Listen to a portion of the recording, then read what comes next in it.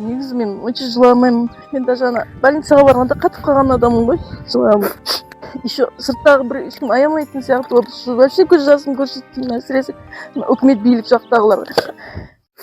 Еще баламды сағынбауға, еске алмауға тырысамын, өте ауыр.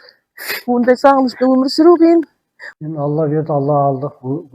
Бізге өзімізге қатты зақым келтірді. Мұны адамға салмақ ол енді. Оны сыртқа айтып жеткізбейміз енді. Ол баланың өзінің әрқайсысының орны бөлек. Сен жою керек. Бұл өкімет билік таза емес, әділдік жоқ ешқашанда.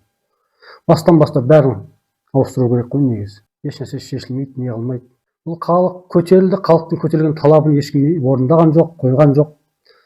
Егер сол халық шыққан кезде, сол кезде халықтың кредит мәселесі қинады, газ қымбат деді, ұн қымбат деді. Соның бәрін жайына келсе халықпен халық билікті қолдап халық қойды, халықпен санасу керек негізі. Халықтың талабын орындау керек.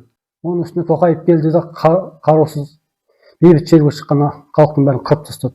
Ешқандай өзгеріс жоқ, оңай өмір болатқан жоқ ешқандай. Оңай өмір болу үшін мен ойлаймын, баға цена практически көріп жүріп қой. Алған айлығымыз, шайлығымызға жетпейді, бәрі кредитте отыр. Келген бір өзгеріс қаңтар жағынан байқағаным, неге біздің қаңтаршылар әлі қиналды?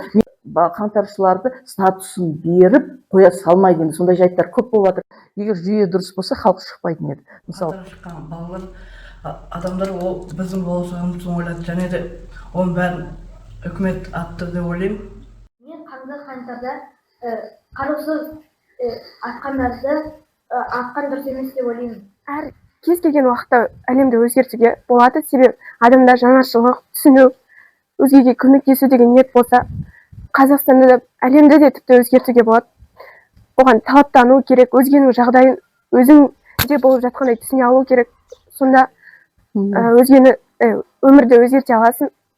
Жан-жақты адам болса, мейіріммен өзгеге қарай алса, өзгереді. Қаңтар қайталанады сияқты болып тұрады. Айтқымыз келеді, заңға не бір келеңсіз заңдар еніп жатыр. Мен мән бермеймін деген өзінде маған келіп тұр. Ана кейбіреулердің бала шағасын алып қоюшы, балдарына қарай алмай жатыр деп ше. Сол қаңтардан кейінгі өзгеріс түк айта алмадым, сол ма өзгеріс? Ана бір келеңсіз заң нас шеккенге штраф, одан қалса ана көп бір балдарын қарай алмай жатыр деп біреудің балдарын алып қою, кейін оны мен қатты байқағалап бүйтіп қудаламаған өзіне былай естідім. Мына мысалы баласын алып қойса, басқа біреуге бала беру үшін оған 200.000 теңге береді екен да. Ал ол 200.000 теңгені элементарный нәрсе ғой, маған берсе, мысалы үшін да менің бала алып қойып жатсам, мен баламды жөнді қарай алмасам, мен қараймын ғой. Мен бала басына 10.000 алып жатырмын. Сонда 200.000 теңгені өзінің туған әке шешесіне берсе, баласын икемдей алады, бағалады, асырай алады. Келі 2 жыл өтті, жас баламның сағынып әр күн сайын еске аламын.